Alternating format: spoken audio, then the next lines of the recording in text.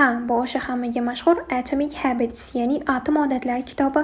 Aynan mana shu kitob ingliz tili darajangizni keskin oshirishga yordam beradi desam ishonasizmi? Bu albatta yordam beradi. Keling, hozir sizlarga qanday yordam berishini tushuntirib o'taman. Videoni oxirigacha ko'ring. Aynan mana shu kitobni 3 yil oldin o'zim xarid qilganman va ko'rib turganingizdek muqovasi ancha eskirgan. Sababi bu kitob hali hanuzgacha qayta va qayta ochib o'qiladi. Ko'rib turganingizdek, aynan bu kitobni judayam ko'p belgilab, tushunmagan, menga notanish bo'lgan so'z, iboralarimni barchasini belgilab chiqib, har birini tarjimasigacha yozib chiqib o'rganganman. Aynan mana shunday qilib har birini tahlil qilib o'rganishlik meni nafaqat reading, balki speaking darajamni hamda writing ko'nikmamni ham oshirishga yordam bergan. Qanday qilib deysizmi? Sababi judayam oddiy. Chunki har bir mana shunday belgilab chiqqan so'zlarimni aynan o'zim speakingda foydalanishim mumkinligini bilganman. Va undan tashqari bu yerda writingda ishlatishimiz mumkin bo'lgan juda ham ajoyib so'zlar va gaplar, strukturalar keltirilgan. Mana misol uchun, aynan mana shu gapga e'tiboringizni qarating. Eating as much as possible is an excellent strategy for survival.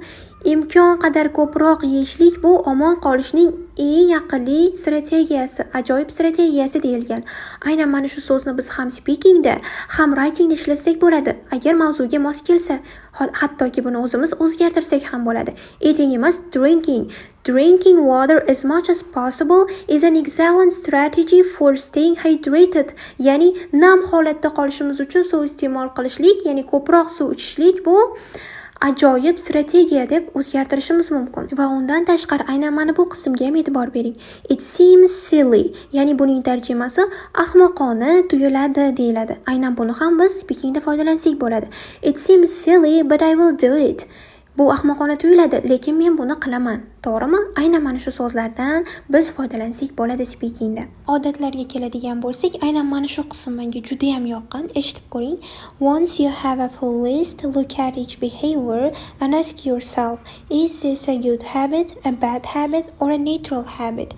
If it is a good habit, write plus next to it. If it is a bad habit, write minus.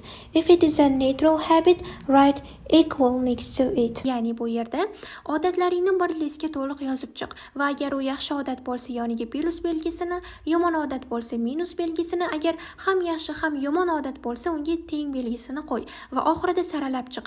Aynan o'sha yomon odatlaringni ham listingdan, ham hayotingdan o'chirib tashla va aynan mana shu sizga yaxshi odatlaringiz qolishiga va yaxshi odatlaringizni shakllantirishingizga, qaysi odat siz uchun yaxshi va yomonligini ajratib olishingizga yordam beradi.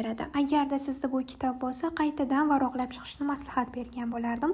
Videoga like bosib, obuna bo'lish yodingizdan chiqmasin.